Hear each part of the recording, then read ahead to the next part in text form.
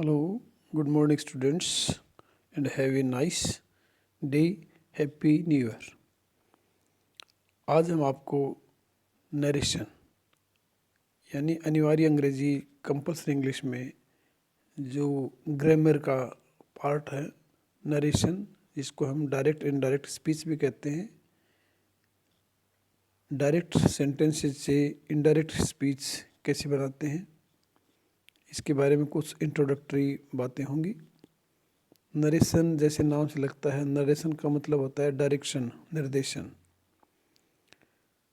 इस चैप्टर में आपको कुछ एग्जाम्पल्स, कुछ रूल्स, कुछ नियमों के तहत आपको नरेशन स्पीच में कन्वर्ट करना बताया जाएगा। I am doctor SR Bhargava, associate professor, department of English. Narration को हमने दो भागों में बांटा, नरेशन पार्ट फर्स्ट, और नेक्स्ट टाइम हम अगले दिन नरेशन पार्ट 2 को लेंगे। नरेशन पार्ट फर्स्ट में कुछ एग्जाम्पल से चैप्टर की शुरुआत होती है, जैसे नरेशन क्या है, क्या कैसे में होती है। जैसे Ram said I am baking a chocolate cake for you. Ram ने कहा मैं आपके लिए एक चॉकलेट केक बना रहा हूँ। कहने वाला राम है। जो सेंटेंस वो कहता है उसको डबल इन्वर्टेड कोमा में रखा गया है। शुरू में राम सेड एक रिपोर्टिंग वर्ब है, उसने क्या कहा वो रिपोर्टिंग स्पीच है। लेकिन जब इसको हम इनडायरेक्ट में बदलेंगे तो वो रिपोर्टेड स्पीच कहला जाएगा। Ram said that he was baking a chocolate cake for me. Ram ने कहा था कि वह मेरे लिए एक चॉकलेट केक बना रहा था। ये इसका नरेशन हो जाएगा। अब हमें ये देखना कि किस टाइप के दोनों सेंटेंसेस हैं। If we consider these two sentences we might notice that both of them convey the same message। अगर हम दोनों सेंटेंस की बात करें तो हम देखते हैं कि दोनों का एक ही संदेश जाता है। But there is a difference if we look closely. लेकिन अगर हम इसको बहुत नज़दीकी से देखते हैं तो एक काफ़ी भारी अंतर, फर्क नज़र आता है। In the first sentence I am conveying the activities of David और राम। हमने पहले सेंटेंस में देखा कि किस प्रकार से पहला सेंटेंस, जो चाहे राम हो चाहे डेविड हो, कोई सेंटेंस में कोई सब्जेक्ट हो, अपने शब्दों में बिना कोई बदले हुए कहता है। जैसे इट्स कॉल्ड डायरेक्ट स्पीच और we can say reporting speech. लेकिन इस सेकंड सेंटेंस में क्या है कि I am using my own words to convey the activities of the speaker. लेकिन कहने वाला अपने शब्दों में जब किस प्रकार से वर्ड्स यूज करता है, जिसमें डी का मतलब है direct to the audience, this we can say indirect speech और रिपोर्टेड स्पीच। इसको हम इनडायरेक्ट या अप्रत्यक्ष भाषण या रिपोर्टेड स्पीच कहते हैं। तो हमने पहले स्लाइड में क्या देखा, एग्जाम्पल, जिसमें रिपोर्टिंग वर्ब, रिपोर्टिंग स्पीच दोनों दी गई डबल इन्वर्टेड कोमा में, और इसको बदला गया इनडायरेक्ट स्पीच में, रिपोर्टेड स्पीच में, जिसमें अपने शब्दों को उसने first person, second person, third person को कन्वर्ट करते हुए अकॉर्डिंग टू रिपोर्टिंग वर्ब बदला है। दूसरी स्लाइड में हम देखते हैं कि देयर आर मेजर रूल्स, कई नियम इस तरह से जो जिनको बड़े नियम मानते हैं। These speech to change these speeches from direct to indirect, जिसको हम बदलने में नियमों का पालन करते हैं। We need to consider the tense. इन सब के लिए हमें तीन बातों का तो ध्यान रखना ही पड़ेगा। टेंस, कौन सी टेंस में रिपोर्टिंग वर्ब है, रिपोर्टिंग स्पीच है। प्रोनाउन, प्रोनाउन फर्स्ट पर्सन है, थर्ड पर्सन है, सेकंड पर्सन है, इसमें फर्स्ट प्रोनाउन क्या है, सेकंड प्रोनाउन क्या है, थर्ड प्रोनाउन क्या है। वर्ड्स, वर्ड्स जो बदलने वाले हैं उनको ध्यान रखना है। That describe time, place, distance, type of sentence etcetera. Let us have a glance at the following rules. कुछ नियम जैसे हैं जिसको हम नियम हिसाब से मानते हैं, जैसे प्रोनाउन, सर्वनाम। सबसे पहले हम प्रोनाउन का ध्यान रखेंगे। In an indirect speech the pronoun changes according to the speaker. Indirect speech में जो प्रोनाउन है वो बोलने वाले के अनुसार बदलता है। whether she is referring himself, herself or a third person. We can make this clearer if we learn this with some examples. ये डिपेंड करता है कि बोलने वाला अपने बारे में बोल रहा है, दूसरे के बारे में बोल रहा है, तीसरे के बारे में बोल रहा है. कुछ एग्जाम्पल जैसे George said I can't be with you. George ने कहा मैं तुम्हारे बिना नहीं हो सकता. George said that he could not be with me. George ने कहा कि वो मेरे बिना नहीं रह सकता. Director said leave me. मैंने कहा छोड़ो. Indirect I order to leave me alone. मैंने आदेश दिया मुझे छोड़ने के लिए.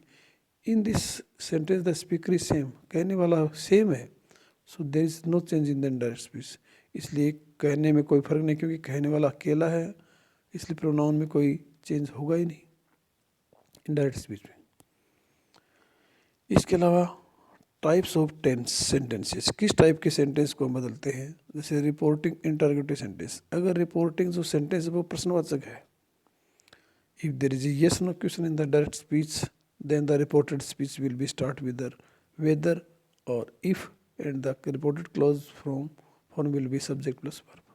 अगर कोई सेंटेंस हेल्पिंग वर्ब, टेंस की हेल्पिंग वर्ब से स्टार्ट हो रहा है जिसमें येस और नो वाले क्वेश्चन आते हैं, तो इसमें हम कनेक्टिव के तौर पे इफ़ या वेदर का प्रयोग करते हैं. जैसे Peter said are you from Australia. Peter ने कहा क्या तुम ऑस्ट्रेलिया से हो. अब जो डबल इन्वर्टेड कोमा में दिया गया स्टेटमेंट है, क्वेश्चन है, वो हेल्पिंग वर्ब यानी आर से स्टार्ट हो रहा है.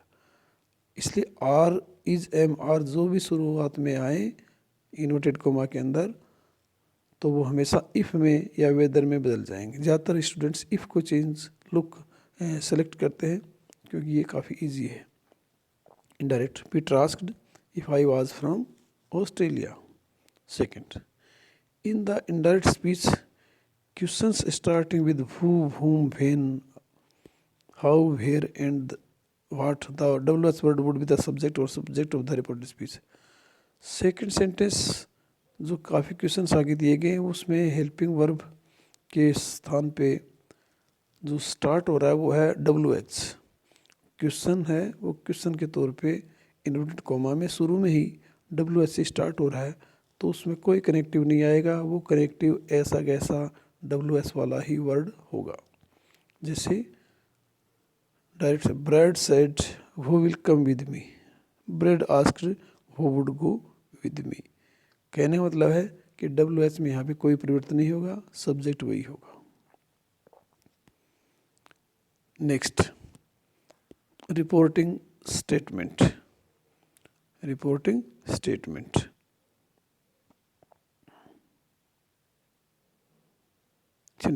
in a statement speech we will use that before the reported statement and the reporting verb will be told followed by an object or said will not be followed by object. दूसरे इस type के sentence हैं कि जैसे दो simple sentence दे दिए गए हैं, कहने वाला बिल्कुल सिंपल वे में कह रहा है और सब्जेक्ट वर्ब ऑब्जेक्ट के आधार पर उसका सेंटेंस है, लास्ट में फुल स्टॉप आता है, तो वहाँ पे हम दैट का जोड़ने के लिए कनेक्टिव का प्रयोग करेंगे. जैसे एडवर्ड सेड, एडवर्ड ने कहा, क्या कहा? आई लाइक द बुक, मुझे किताब पसंद है. जो सिंपल सेंटेंस होते हैं सब्जेक्ट वर्ब ऑब्जेक्ट से बनते हैं, उनके बीच में दैट का ही प्रयोग होगा. ये भी देखना है सिंपल सेंटेंस है या नहीं. सिंपल है तो लास्ट में फुल स्टॉप आना पॉसिबल है. इनडायरेक्ट इसमें होगा Edward said that he liked the book. यहाँ टोल्ड इसलिए नहीं आया क्योंकि सुनने वाला दूसरा उपस्थित नहीं है.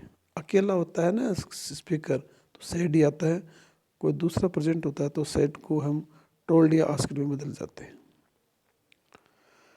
सी, reporting imperative sentence. Imperative sentences क्या होते हैं? जो आदेशात्मक होते हैं, रिक्वेस्ट वाले, ऑर्डर वाले, आज्ञा वाले होते हैं, सजेशन वाले होते हैं. ऐसे में हम टू प्लस वर्ब का प्रयोग करते हैं कनेक्टिव के तौर पे. We will use to as joining clause before the reported command or request. इस सेंटेंस में हम कमांड या रिक्वेस्ट को दर्शाने वाले जो सेंटेंस होते हैं उसको हम टू से कनेक्ट करते हैं. And the reporting verb will be changed according to the moods of the sentence. और रिपोर्टिंग वर्ब है वो बदल जाएगी, डिपेंड करता है सेंटेंस का मूड कैसा है ordered, requested, urged, advised, forbid और बेग्ड। एग्जाम्पल, जैसे the man said please bring me a chair. आदमी ने कहा मेरे लिए कृपया चेयर लाओ। तो बोलने का प्लीज वर्ड से ऐसा लगता है कि रिक्वेस्ट है। इसमें सेड को हम रिक्वेस्टेड में बदल देते हैं और सेंटेंस बनता है the man requested to bring him a chair. Next, reporting exclamatory sentences. Exclamatory होते हैं विस्मयादिबोधक। ऐसे में जो विस्मयबोधक का जो निशान है, हुर्रा है, एलास, इसके साथ में जो पूर्ण विराम की तरह से लगने वाला एक विस्मय वाला जो मार्क है, उससे सेंटेंस का पता लगता है। To change direct exclamatory speeches to the indirect one we need to replace interjection. Interjection ऐसे शब्द जो हमें विस्मय, हर्ष, शोक आदि का भाव बताते हैं। Hurrah, wow, alas, oh, etc. With joining clause that and the exclamatory WH words what, how will be replaced by very before at the adjective in the reported speech। और इसमें हम जो अगर WH वाले वर्ड्स हैं तो ऐसे को हम very शब्द से रिप्लेस कर सकते हैं। Claire said hurrah Barcelona won the match. Claire ने कहा ओह बार्सिलोना मैच जीता। तो इसमें जो मार्क है हुर्रा के बाद, उससे पता लगता है कि सेंटेंस एक्सक्लेमेटरी है indirect. Clear exclaimed with Joy that Barcelona had von the match. Hurrah change होगा एक्सक्लेम्ड विद जॉय में, और सेंटेंस को हम पास्ट से पास्ट, अगर रिपोर्टिंग वर्ब पास्ट में है और अगला सेंटेंस भी पास्ट में है तो पास्ट परफेक्ट में इनडायरेक्ट स्पीच होगा। Clear exclaimed that Joy with Joy that Barcelona had von the match. Next, I said alas my pet diet. मैंने कहा मुझे दुख है, मेरा पालतू जानवर मर गया। आई एक्सक्लेम्ड विद ग्रीफ। एलास को चेंज कर देंगे ग्रीफ में, सेड एला exclaimed. I exclaimed with grief that my pet had died.